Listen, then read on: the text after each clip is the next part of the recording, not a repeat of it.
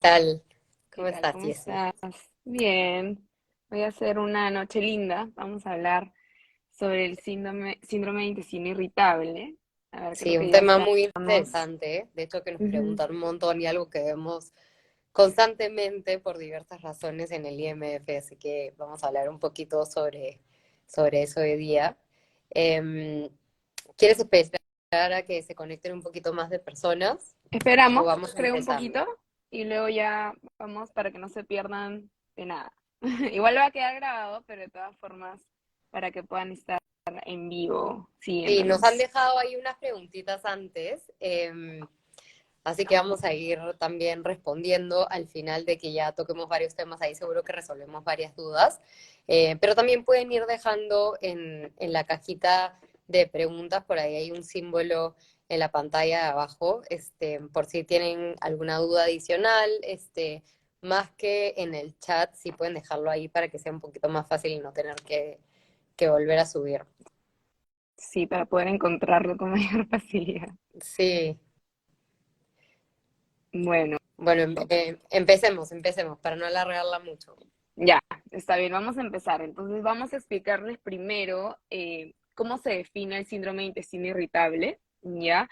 Este es un trastorno gastrointestinal funcional crónico que es caracterizado principalmente por ese dolor abdominal que ocasiona y obviamente también por hábitos intestinales que se encuentran alterados.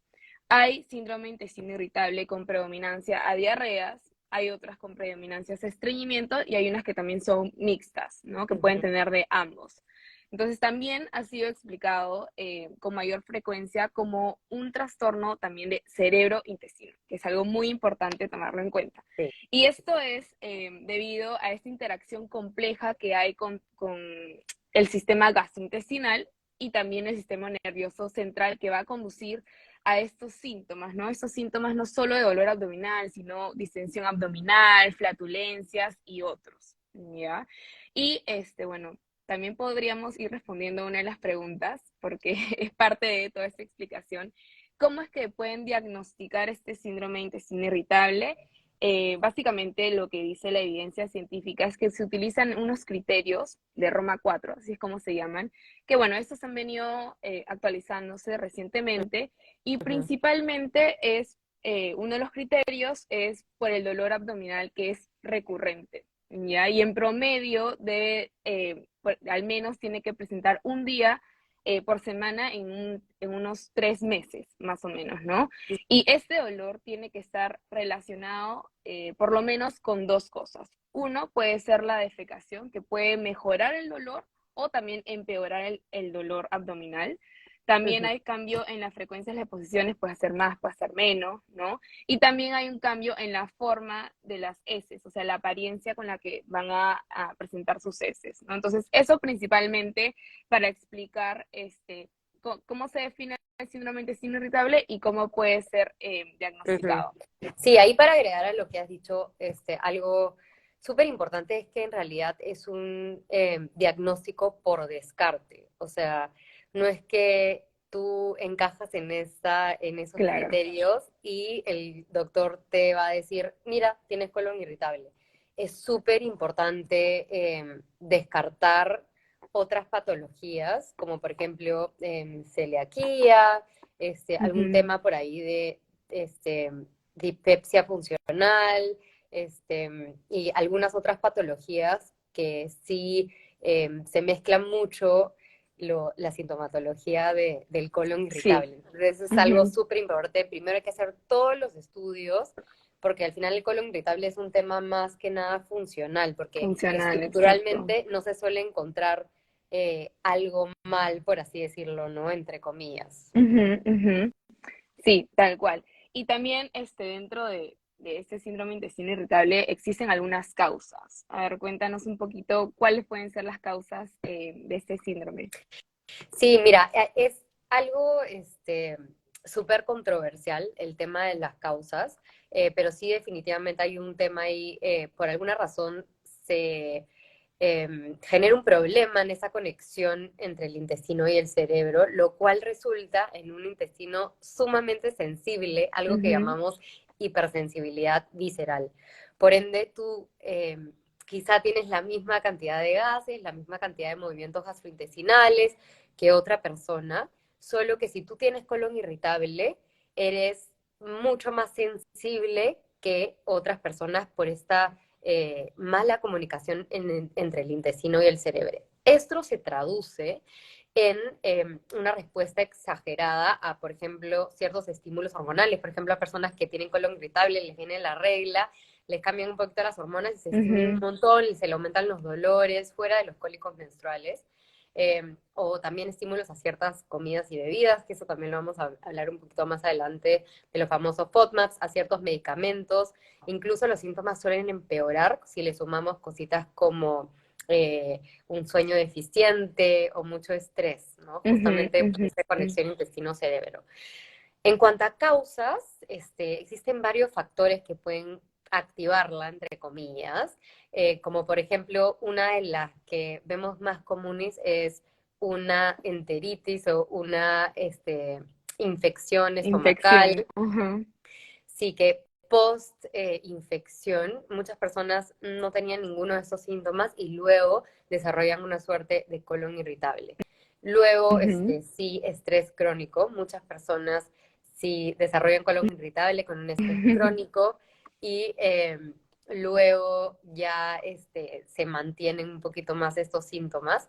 Y algo súper importante es mencionar también el sobrecrecimiento bacteriano, que los síntomas se parecen mucho al colon irritable, pero sí hay un tema ahí de un desequilibrio ahí de bacterias o una disbiosis que no necesariamente sea un SIBO, un sobrecrecimiento bacteriano, que quiere decir que nuestros bichitos gastrointestinales entran en desequilibrio. Entonces, ese desequilibrio genera esta mala conexión entre el intestino y el cerebro por diversas razones que también podemos ahondar un poquito, y se desencadena el colon irritable, ¿no? Bueno, Rafa, y también es muy importante mencionar el uso de medicamentos, ¿no? Creo yo que estos pacientes que han tenido infecciones, hay pacientes que tienen infecciones recurrentes o como también simplemente han tenido un par de infecciones, puede ser por gastroenteritis o puede ser por cualquier otra infección, ¿no? De hecho, específicamente por gastroenteritis se ha podido ver más incidencia de síndrome de intestino irritable después de 3 meses de haber tenido esa gastroenteritis o más de 2 meses incluso, 12 meses, perdón, incluso. Entonces, muy aparte de estas infecciones y otras, se han utilizado medicamentos, antibióticos, que por el uso tanto recurrente o quizás a mediano o largo plazo hayan generado este síndrome de intestino irritable, ¿no?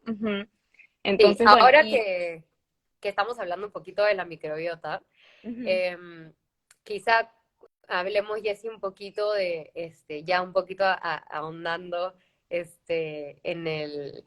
el lado un poquito de la etiología también, hablemos de motilidad intestinal, de la función de esta barrera intestinal que también es súper importante y cómo se relaciona un poquito con el colon irritable.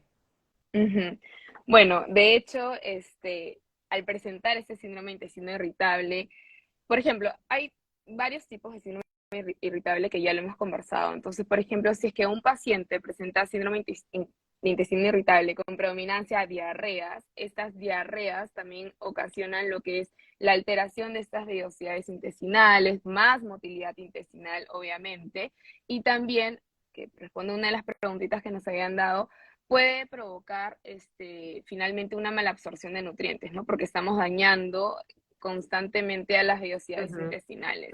Entonces sí está como asociado, ¿no? A todo eso.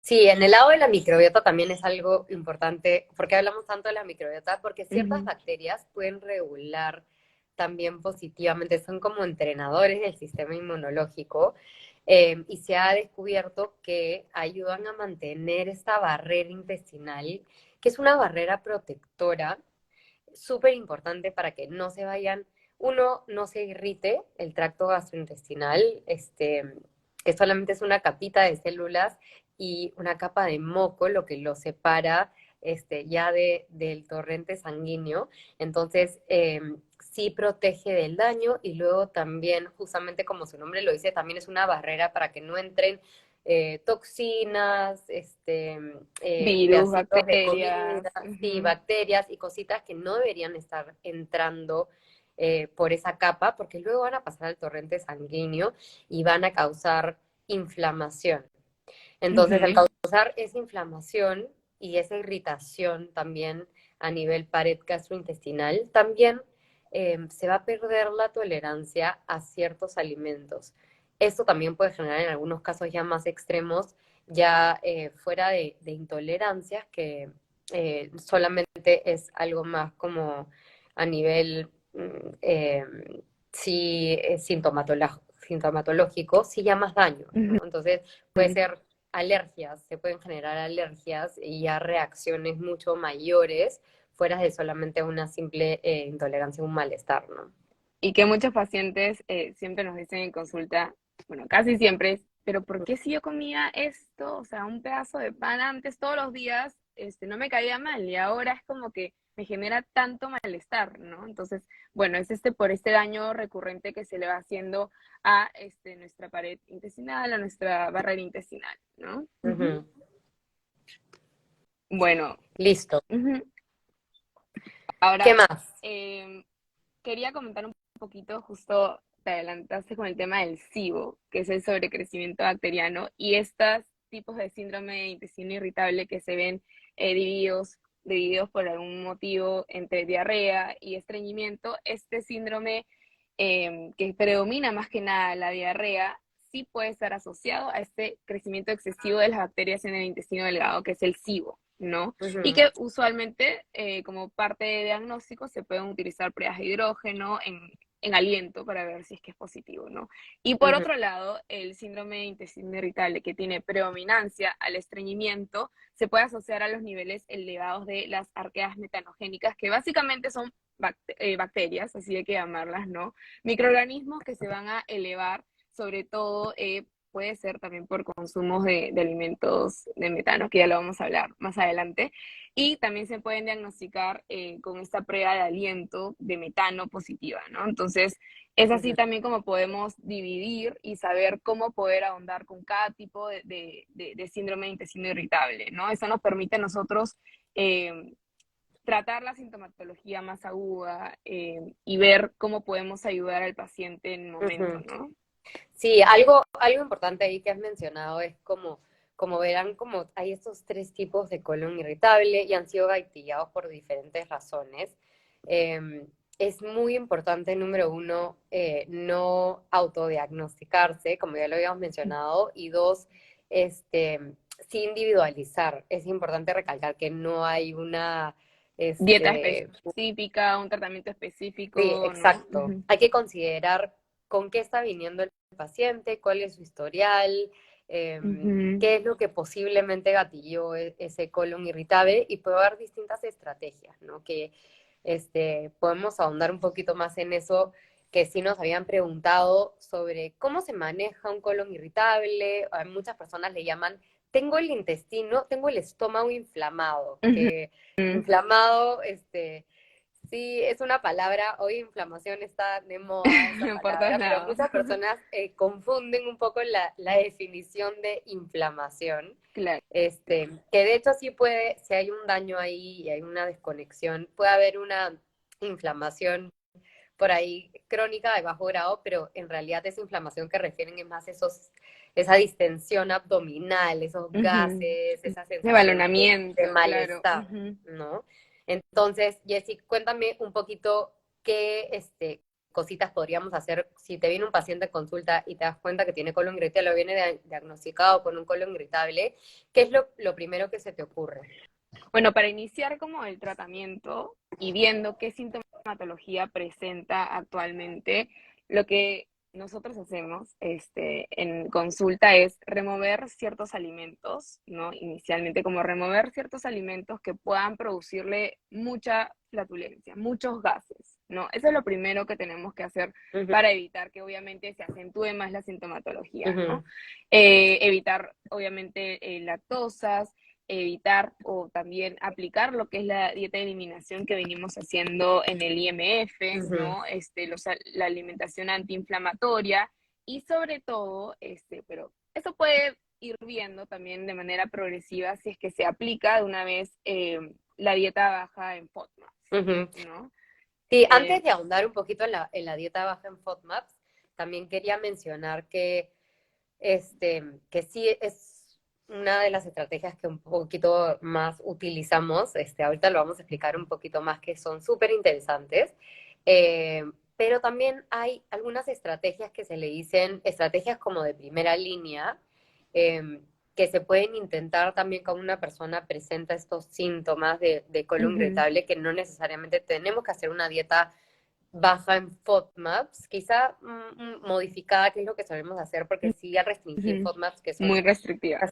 sí, una suerte de fibras fermentables o unos carbohidratos simples que tu intestino no es capaz de absorber tan eficientemente. Entonces, si regresamos al cole y nos acordamos un poquito de cómo está compuesto el sistema digestivo, nuestro intestino delgado, que es el que está un poquito más arribita, es el que se encarga de absorber la mayoría de nutrientes. Dentro de ellos, estos carbohidratos simples, FODMAPs por sus siglas en inglés, no se absorben tan eficientemente y pasan por el intestino delgado súper lento y van absorbiendo agua. Luego van a llegar al colon o el intestino grueso, que está un poquito más abajo, donde se concentra la mayor cantidad de bacterias, esta microbiota de la que tanto hablamos, y al llegar ahí con el agua, luego esta microbiota le encantan estos azúcares simples o fibras simples, fibras fermentables, justamente por su nombre, parte de FODMAPs, esa F es de fermentable, que normalmente son súper buenas para la salud, justamente porque las fermentan y producen cosas buenas, pero si llegan muchas de estas fibras más el agua, eso hace que se distienda el colon y que junto con esta hipersensibilidad o mayor sensibilidad que tienen las personas con colon irritable, generan mucho malestar.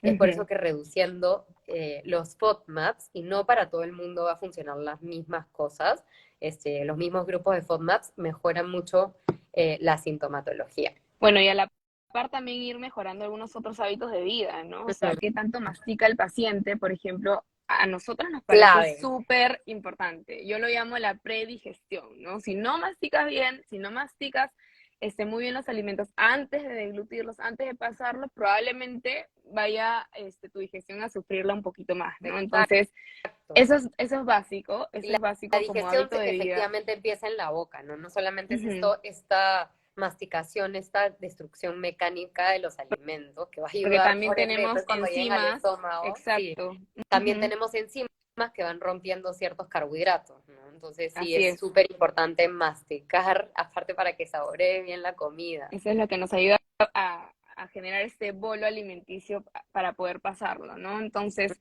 sí, eso también, obviamente, dentro del estilo de vida saludable y dentro de este tratamiento, es enfocarnos en los ejercicios, la actividad física, ¿no? Un paciente sedentario que probablemente tenga un síndrome de intestino irritable con predominancia a estreñimiento, el ejercicio es algo básico, porque el ejercicio, al estar activos, nos ayuda a tener más movimiento intestinal, o sea, más motilidad intestinal, mejoremos el tránsito intestinal y además puede tener la capacidad de poder absorber un poquito más el intestino, los gases, ¿no? Entonces ayuda a todo este tránsito que pueda mejorar mucho más.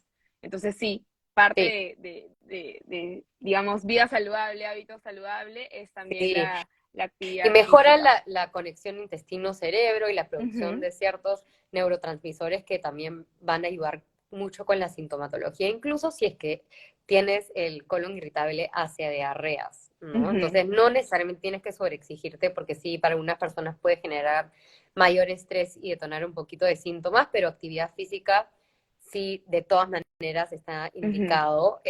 Otra cosita que también es importante es dentro de los hábitos genéricos es limitar la cantidad de fruta fresca en una sola porción. Eso es algo que también vemos un montón, que en esta suerte de intentar buscar qué cosas les va bien, muchas personas se quitan un montón de cosas y empiezan a Pero desayunar, por comen ejemplo, solo fruta. sí, solo fruta, Comen una exacto. cantidad Todo el día enorme fruta. su ensaladón de fruta, a veces incluso con miel, y ahí se cargan de FODMAPs, porque sí, estos FODMAPs, las fibras también, entre ellas está la La fructosa, entre fructosa. ellas está el sorbitol también, entonces, que sí está presente en las frutas, entonces lo que sí se Y en la recomienda es, miel también, y en la la miel fructosa, ¿no? también, Entonces, claro. reducir. Y hay gente que dice, pero si la fruta es saludable, ¿por qué me tendría que quitar la fruta? No tienen, o sea, no lo relacionan con que podría aumentar estos síntomas, Ujú, ¿no? Cuando en verdad lo primero que nosotros le preguntamos a los pacientes es, uno, ya tienen una mala relación con los alimentos porque creen que todo les va a caer mal, o ujú, todas las verduras le pueden caer mal, y solamente se basan en comer fruta, porque lo ven como una opción más saludable, digamos, más práctica de poder consumirla, ¿no? Entonces, claro, es trabajar como varios aspectos, no solamente es, ok, te restringo esto y ya está, sino es cómo poder interactuar con el paciente también para que esto ujú, sea algo que pueda acomodarse en su día a día, que sea algo factible de realizar y bueno, ya más adelante que sea sostenible, ¿no? Y una de las cosas que mencionaste, Rafa, es el estrés, ¿no? Esto es algo que nosotros no podemos dejar de pasar para nada. Son de factores todas maneras. psicosociales, estrés, ansiedad, depresión, que van a obviamente ser uno de los causantes principales de estos síntomas, ¿no? De esta sintomatología, de este malestar. Entonces, si el paciente no está bien emocionalmente, por así decirlo, probablemente, por más que nosotros le demos el tratamiento, el mejor tratamiento, los mejores suplementos, lo que sea, igual no va a poder mejorar porque no está trabajando la parte del cerebro, ¿no? Ujú. Entonces, esa es la importancia del eje intestino-cerebro, esta cercanía que tienen en cómo están interactuando día a día y en todo momento del día, Sí, ¿no? sí. Entonces, sí, eso es muy Por importante eso hay mencionar, ¿no? muchos estudios que empezaron a investigar otros tratamientos alternativos, porque no todo el mundo veía la mejoría esperada necesariamente con los FODMAPs.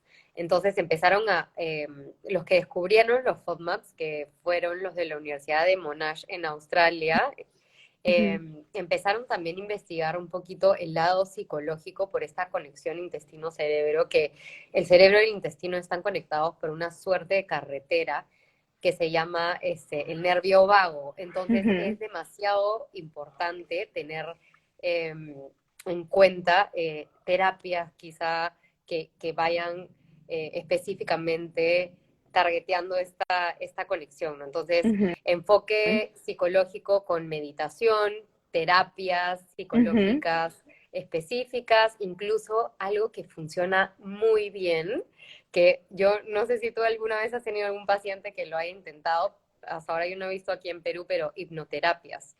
La Ujú. hipnoterapia con el colon irritable en realidad Sí. es algo que ha tenido incluso un poquito más de efectividad que los FODMAPs Ujú. eh, Hasta el en momento cuanto a no he tratamiento. tenido Entonces, pacientes que ya lo hayan presentado, pero digamos, toda la evidencia científica, todos los papers ya incluyen a la hipnoterapia. ¿No? Entonces ujú, sería algo muy bonito de poder seguir investigando, ujú, seguir de repente recomendando, ver que un paciente también sí. nos cuente este testimonio, ¿no? Ujú, O técnicas de manejo de estrés en general que sí funcionan mucho para activar este nervio vago que tiene ujú, muchos, muchas funciones importantes en el cuerpo para regular el sistema nervioso y ponernos en modo relajación, digestión. Entonces, incluso técnicas como respiraciones diafragmáticas, antes de las comidas, ese tipo de detalles, duchas heladas, conexión con la naturaleza, ese tipo de cosas, es una muy buena forma de activar este nervio vago y mejorar la función gastrointestinal. Y otra cosa también interesante de esta de salud mental también es la conexión con otras personas, el lado social, también es súper bueno ujú. para la microbiota intestinal, porque mientras más tiempo pasamos con otras personas, también intercambiamos bacterias y enriquece nuestra comunidad interna de bichitos y también mejora mucho los síntomas. Suena loco. Y aparte también cuando pasas tiempo con otras personas, incluso los abrazos, el contacto, secretas Exacto, los neurotransmisores. serotonina, Ujú, Sí, así es. oxitocina y otras cositas que también son súper buenas para regular el sistema nervioso. Así es, así que no solo pasar por cita nutricional de medicina, te vamos a recomendar alimentos, suplementos, sino también interactuar, la parte social es muy importante, como dice Rafa, o sea, la secreción de estos neurotransmisores que finalmente nos van a dar felicidad. Y si nosotros estamos felices, nuestro intestino también. Entonces, todo está reflejado, todo es uno solo. ¿No? Y bueno, también mencionar que justamente nosotros trabajamos de manera integral con la bioneuroemoción, que justo es la psicología que trabajamos en el instituto, ¿no? Ujú. Entonces, estos pilares, digamos, súper importantes, que es nutrición, medicina funcional y la bioneuroemoción, es lo que nos ha ayudado a tener ya muy buenos resultados con muchos pacientes, Sí, ¿no? Entonces, sí. Fuera del colon irritable también es algo como una visión un poco más holística de la salud, que esa es la idea, ¿no? ujú, Y otra cosa importante cuando, regresando un poquito a los FODMAPs, también es una dieta que es una de las herramientas, pero no es algo que se debería llevar a largo plazo. Eso es importante antes de que vayan todos a buscar a Doctor Google sobre la dieta de FODMAPs y llevarla FODMAPs. a cabo. Es importante hacerlo con un profesional de la salud para que lo hagas de forma correcta, que sea nutricionalmente balanceada, que estés Ujú, cubriendo ciertos nutrientes y no hacerla a largo plazo. ¿Por qué? exacto. Porque volvemos a la microbiota. Como había mencionado, son fibras fermentables al final, fibras y carbohidratos fermentables, que son positivas para la salud. Entonces, si tú te restringes mucho tiempo, mucha variedad de comida, nuestra microbiota está compuesta por muchos bichitos diferentes que justamente algo de lo que sí estamos seguros, como es algo que todavía vamos investigando, es definitivamente si la diversidad significa salud. Entonces, Ujú, a mayor diversidad de bichitos, mayor salud digestiva y salud general. Y si tú te ujú. restringes mucho tiempo las fibras, no estás alimentando a toda esa microbiota diversa. Entonces es importante quitar, pero reintroducir Sí, también. el tiempo de tratamiento, ¿no? Es como decir, no sé, hay que pensarlo así, cuánto tiempo tienes que tomar un medicamento, cuánto tiempo tienes que tomar, no todo es de por Uh vida, -huh, ¿no? Entonces, uh sí hay que utilizarlo como que en el preciso momento y para eso tiene que estar guiado de una nutricionista, un -huh, especialista en eso, ¿no? Bueno, sí, y también como mencionamos al inicio, es individualizar, ¿no? Nosotros hacemos una dieta low FODMAP o baja en FODMAPs, que es un poquito más modificada, ¿no? No sí, llegamos a más tener como simple. No que... hacemos la mm, FODMAP entera porque es bien difícil, bien exacto, restrictiva. exacto. Es muy restrictiva y lo que nosotros también buscamos es que los pacientes puedan aprender sobre la variedad de alimentos que existen y que pueden incluir, ¿no? Entonces, sí, nosotros nos basamos en una modificada y la reintroducción también es muy importante, Uh saber -huh, cuándo reintroducir los alimentos, obviamente diversidad de nutrientes, diversidad de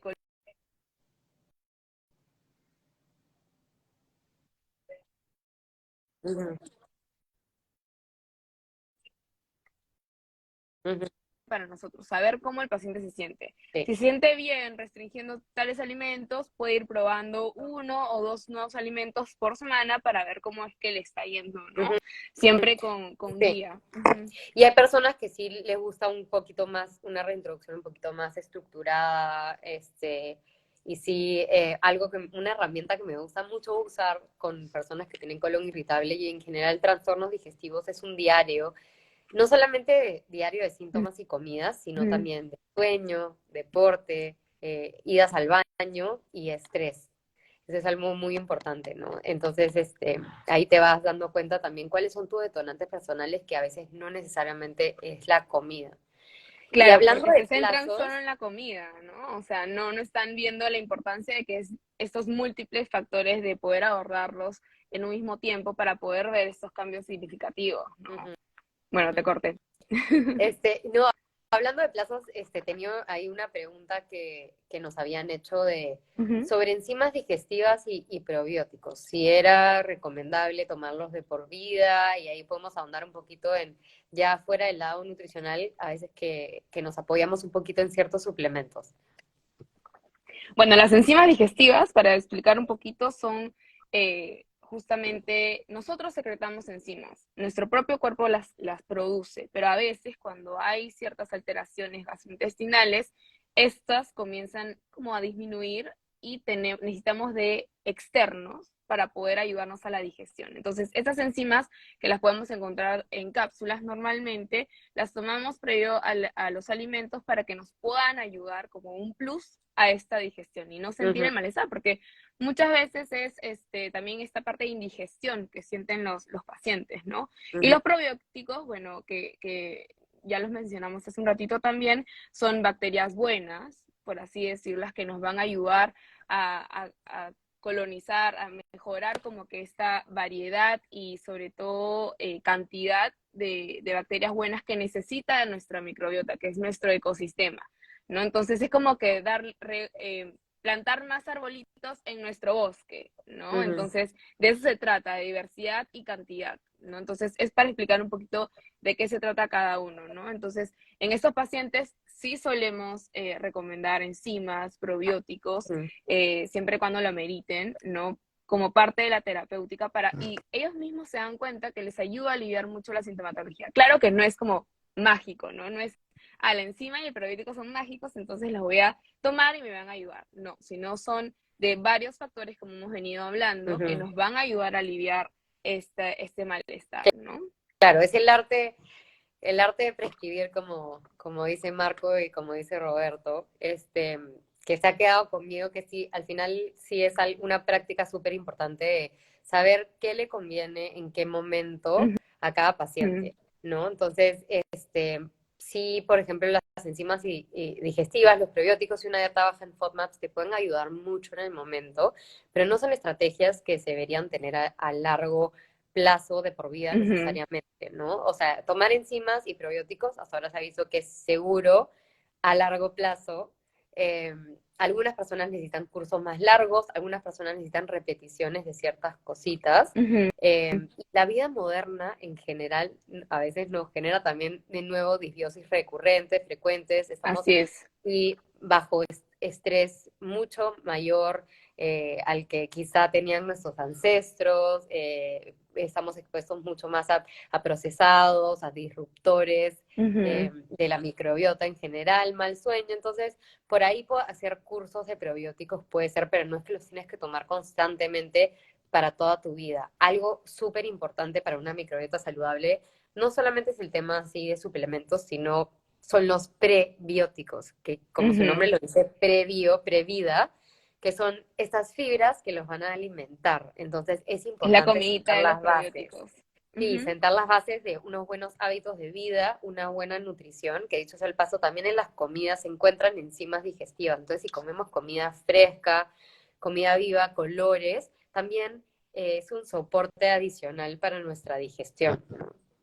Así es. Y bueno, muy aparte, o sea, del tiempo, si es que los pacientes también se comienzan a sentir un poco mejor, algunos pueden volver, digamos, a lo que les inflamaba, lo que les generaba este malestar, ¿no? Como que la idea es en todas estas pasadas por las especialistas, las citas con nutrición, con medicina funcional, es que los pacientes aprendan y se Generar concienticen hábitos. de la importancia de generar estos hábitos saludables, ¿no? Entonces, sí, puedes tener una reunión, puedes de vez en cuando tener tus gustitos, pero si vuelves en tu día a día, en lo rápido, en todo lo procesado, en todo lo que puede contener componentes proinflamatorios, entonces normalmente estos pacientes pueden recurrir al malestar y sí se le puede dar, como tú dices, otro ciclo de suplementos que pueden ser enzimas, pueden ser probióticos, ¿no?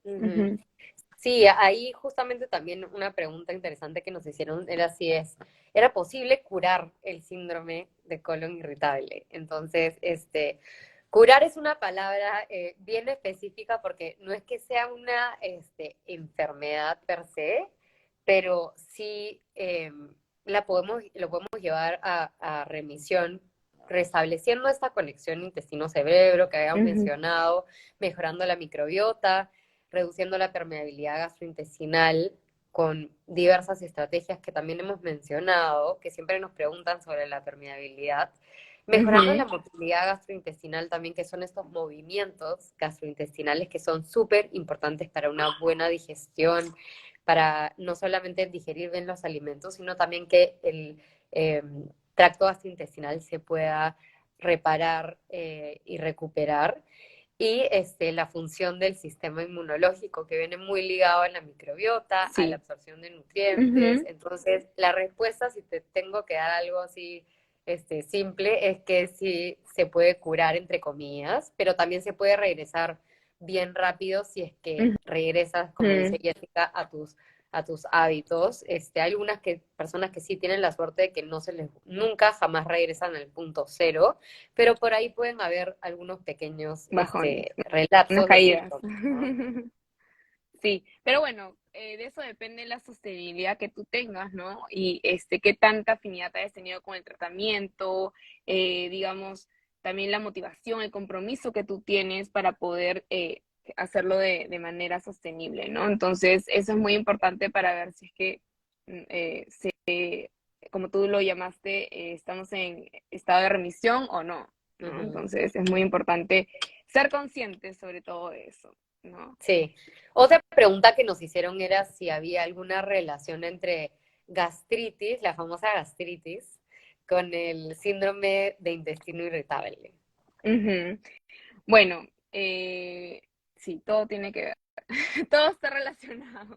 Sí, Todo aparte es son un... dos temas Ujú, distintos, pero que se, como se juntan mucho o convergen mucho sus síntomas, ¿no? Pero la gastritis es más una inflamación del revestimiento interno de del la estómago mucosa, y, ajá. y hay un diagnóstico, sí, mediante una gastroscopía, una biopsia, Es más y a menudo, específico para poder sí, diagnosticar la gastritis, sí, ajá. se puede sospechar en función de ciertos síntomas como un poquito distintos, como un ardor, un dolor en la boca, el estómago, un reflujo, y sí, algunos síntomas se parecen como el exceso de gases, embalonamiento, problemas digiriendo ciertas fibras, cierto dolor también, pero sí el colon irritable es no hay algo, como habíamos mencionado, algo que es un diagnóstico de descarte, ¿no? Si hay una gastritis que podría estar mezclado con colon irritable, pero son dos cosas diferentes.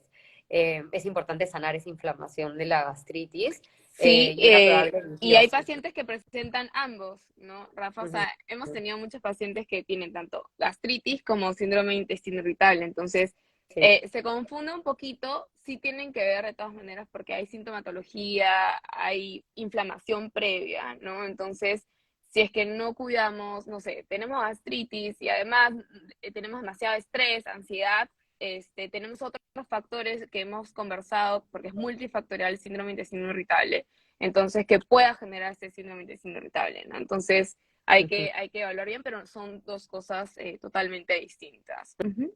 ujú. Sí, otra preguntita que nos hicieron era si la fibromialgia producía intestino irritable. Bueno, ¿Qué los pacientes con fibromialgia es bastante complicado el tema de sintomatología, todo lo que puedan presentar.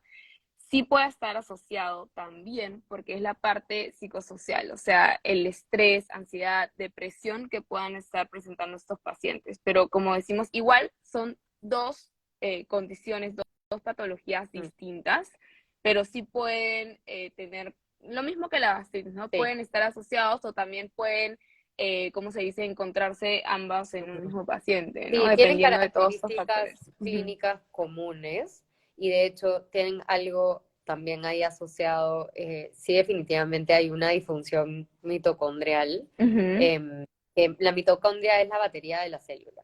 Entonces, si está deficiente la batería de la célula, nuestro metabolismo no va a ser saludable, van a haber disfunciones en el sistema nervioso, se manifiestan dolores en ciertos puntos del cuerpo y algo que hemos visto mucho con personas que tienen fibromialgia es que hay una alta proporción, y también lo dicen los estudios, pero también lo vemos nosotros con la prueba de microbiota que realizamos, es que tienen mucho sobrecrecimiento bacteriano. Ujú.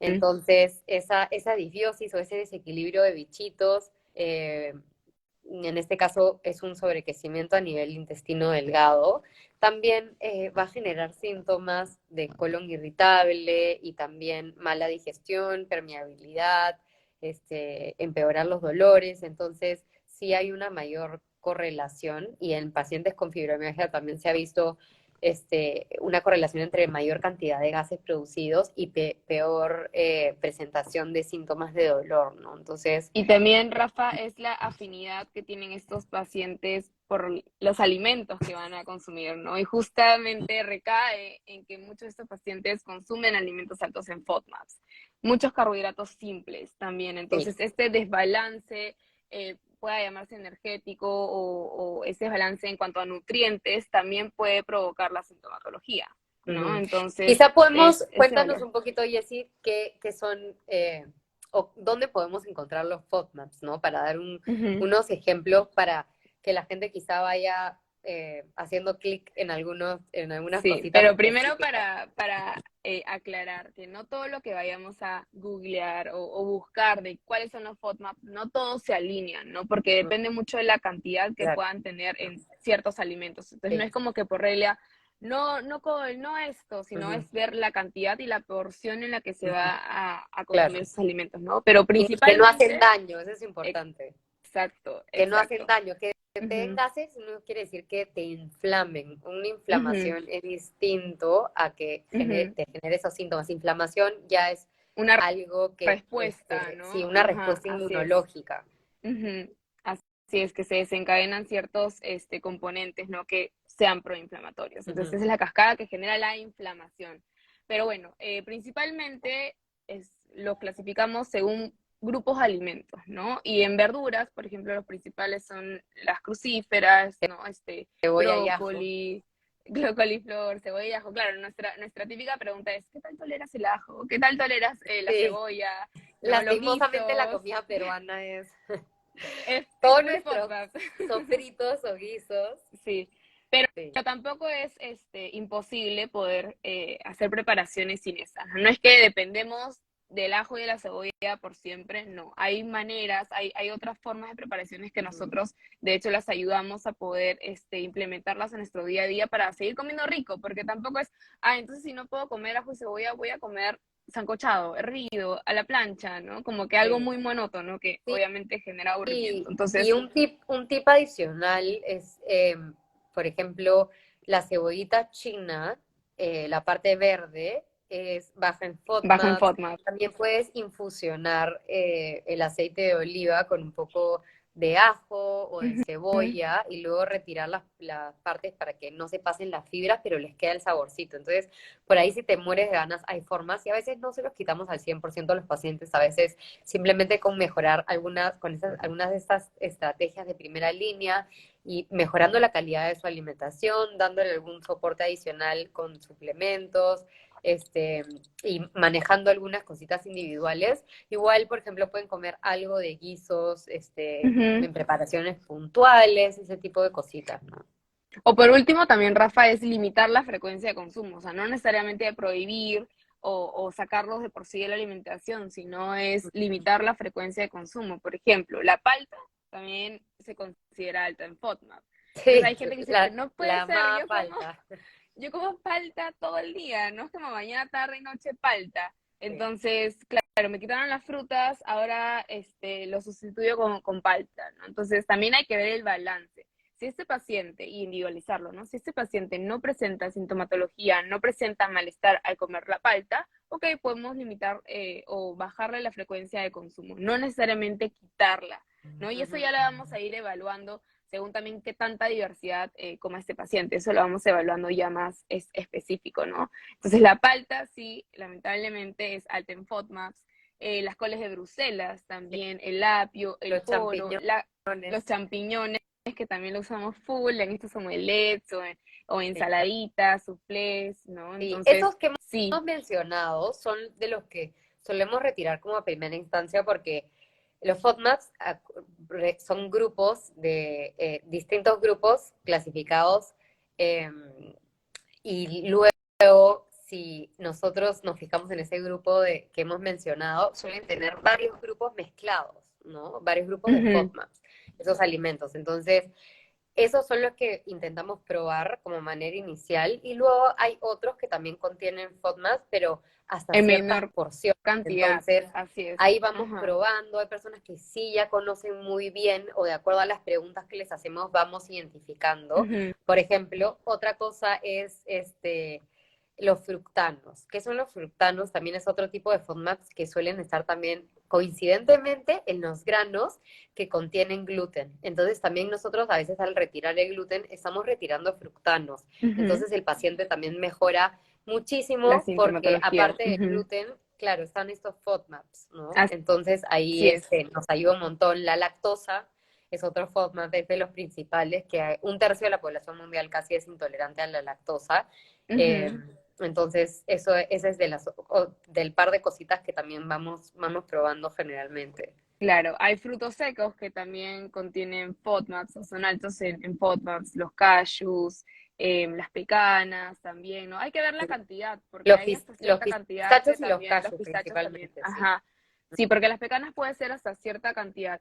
Pero ahora, cuando nosotros también, dentro de lo que les mandamos a los pacientes, la limitación de cantidades, por ejemplo, ¿no? La col morada, hasta 3/4 de taza es bajo en FODMAPs. Y me dicen, ¿qué? ¿Solo voy a comer esos 3/4? No, pues, o sea, la idea es también nosotros poder enseñarles a que tengan variedad. Siempre mínimo 2, 3 verduras distintas, de distintos colores. Entonces, si tú ya le agregas,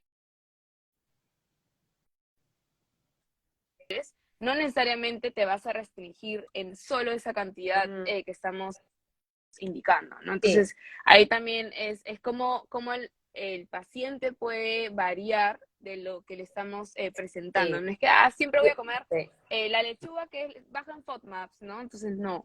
¿Dónde está la variedad? ¿Dónde sí. está la variedad Sí, que porque ahí necesita o estamos que le gusta a limitando nuestra microbiota? nutrientes y Ujú. fibras para la microbiota y nutrientes para ti, para tu cuerpo, para el buen funcionamiento. Entonces, sí, la diversidad dentro de lo que podemos consumir es importante, no quedarse, sí es entendible porque muchas personas en verdad sí les afecta mucho la calidad de vida estos síntomas y Claro, se tentan a restringirse las cosas porque se están sintiendo muy bien y se quedan con esa tres alimentos. Y restricción, tenía claro. una paciente que comía solamente vainitas y zanahoria y galletas de arroz y pollo hervido y en realidad sí mejoró con eso retirándole un tiempo, pero sí empeoraba, no se podía salirme un poquito igual porque no estaba avanzando porque también es importante reacostumbrar a la microbiota a volver a fermentar estas fibras correctamente, al intestino acostumbrarse a tenerlas, a generar un poquito de gases.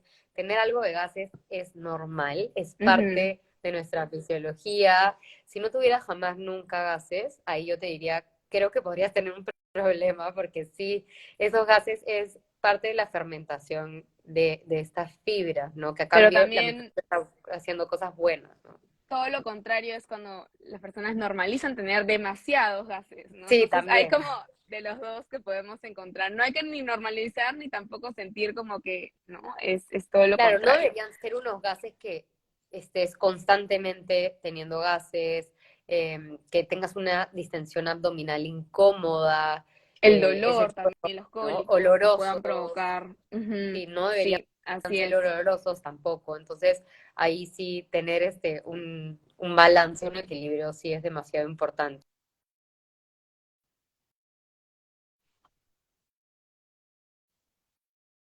Este, Quitarte los FODMAPs por mucho tiempo no es la idea y se tiene que No hacer es algo individualizado. que recomendamos. Así Ujú. es individualizarlo. Ujú.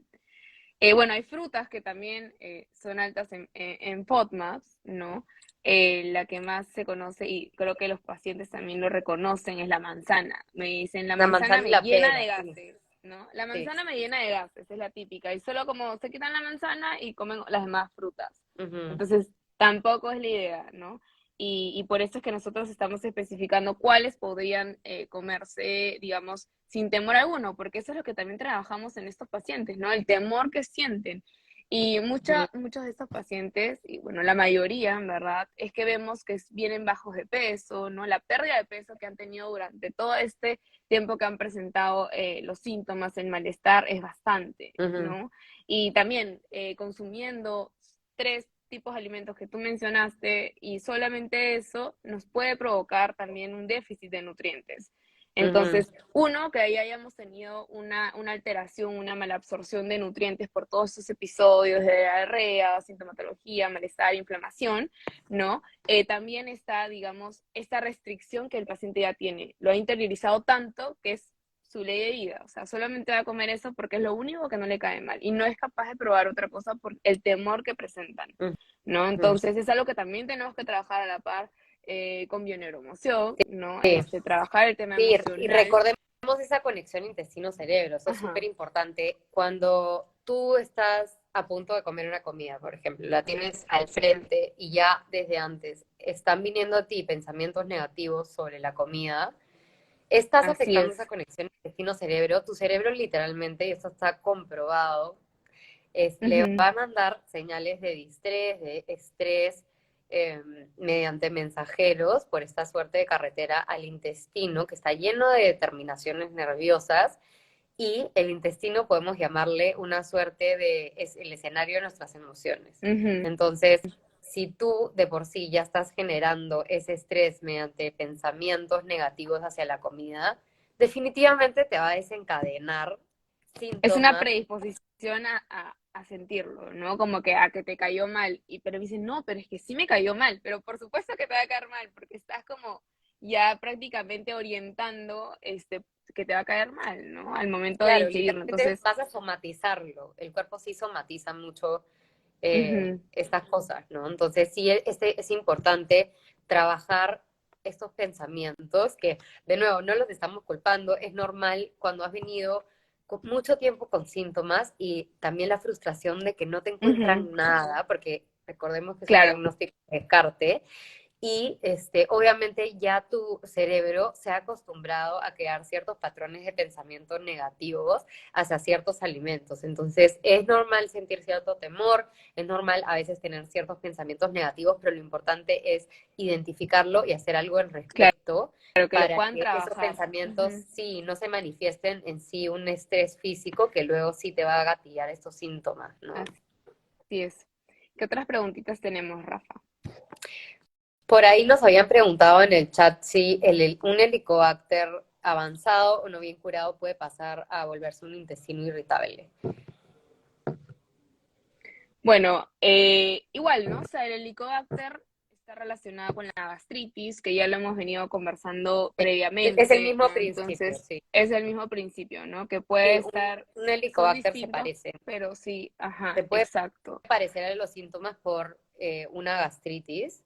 Y al final también el helicobacter también es un indicador de que hay algo ahí, alguna disbiosis, hay un Ujú, problema con motilidad, porque el helicobacter muchas personas creen que también es algo que se adquiere de los alimentos, que sí puede ser que había una contaminación de algo mal lavado, agua, pero también es una bacteria que que tenemos en nuestro es basal, ¿no? Que también nos parte, sí, funciona es parte de parte, nosotros. exacto, Entonces, exacto. El problema también es puede haber un cuando ya pasamos sobrecrecimiento, ¿no?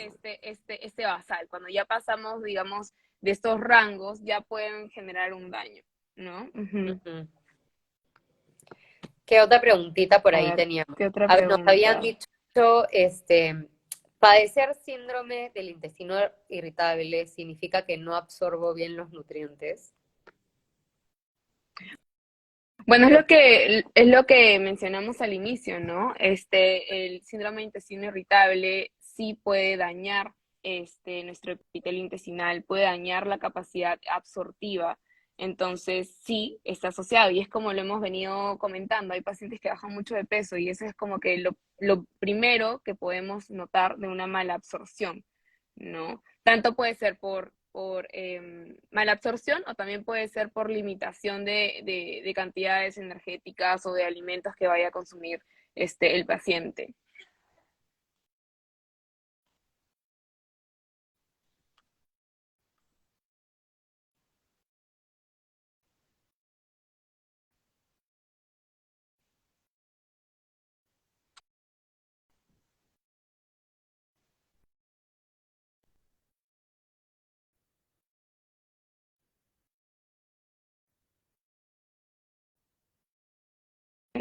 Se fue el internet. Ahorita vamos a esperar que Rafa se vuelva a conectar.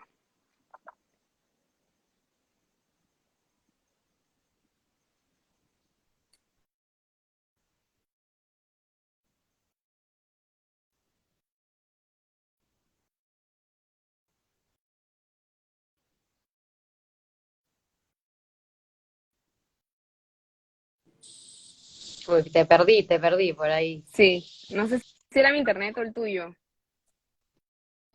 No, no, yo estoy bien, creo que te cortaste un poquito por ahí, y no te vi. Ah, Nos están preguntando por ahí, por el SIBO, que si tenemos que tomar antibióticos y cómo hacerlo si tenemos gastritis, si empeora con las pastillas. Hemos hablado ya un poquito del SIBO, que es este sobrecrecimiento bacteriano, que también hay diferentes tipos de SIBO. Y sí, se tiene que tratar muchas veces con antibióticos para mayor efectividad, pero también hay como antibióticos naturales que ujú, utilizamos también, como hierbas potentes como el orégano. Intentamos no usar ajo, que también es un antibiótico natural por su contenido de FODMAP. ujú, ¿Y por qué nos preguntan normalmente, ahora del SIBO lo menciono? Porque sí hay varios eh, también síntomas que se asemejan al colon irritable, o que el colon irritable puede haber sido causado por el SIBO, ¿no? Entonces, sí tenerlo en cuenta, y sí, de nuevo, el arte de prescribir depende de qué tipo de SIBO tenga el paciente, depende de cómo esté su sintomatología, ahí lo vamos tratando con ciertos suplementos, ciertos fármacos de ser necesario, y también una dieta baja en FODMAP, FODMAP, porque después nos están preguntando FODMAP. no. También puede ayudar a mejorar sintomatología con estos pacientes, y si hay mucha evidencia científica detrás de los Y FODMAPs Rafa, con y sobrecrecimiento en caso también amerite, o sea, el uso de un antibiótico que usualmente se utiliza en el IMF, la rifaximina, ¿no? Como antibiótico, que también lo dicen en muchas papers. eh, no solamente nos basamos en, ok, le damos el antibiótico, sino también utilizamos protectores gástricos naturales, como por ejemplo la sábila, la aloe vera, nos ayuda full también para poder aliviar esta sintomatología de la acidez, glutamina. epigastralgia,